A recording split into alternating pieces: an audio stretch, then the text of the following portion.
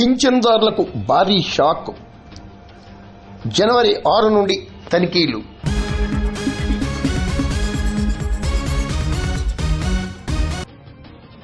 పేదల పేరుతో పింఛన్లు పొందుతున్న బడాబాబులకు భారీ షాక్ తగలనుంది.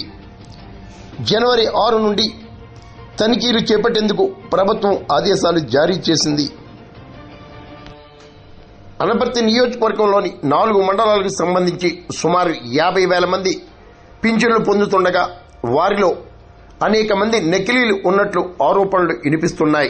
వాలంటీర్లు, సచివాలయ సిబ్బంది చేతివాటం, ఆధార్ కార్డు మార్పులు, డాక్టర్ సర్టిఫికెట్లు, నేతల సిఫార్సులతో బడాబాబులు, ఫైనాన్సర్లు, విదేశాలలో ఉన్న కుటుంబ సభ్యుల ద్వారా లభిస్తున్న భారీ ఆదాయం ఉన్న వ్యక్తులు సైతం పింఛన్లు పొందడం ప్రాధాన్యతను సంతరించుకుంది. పూర్తి స్థాయిలో విజిలెన్స్ దర్యాప్తు చేయాలని నిజమైన పింఛన్దారులు కోరుతున్నారు.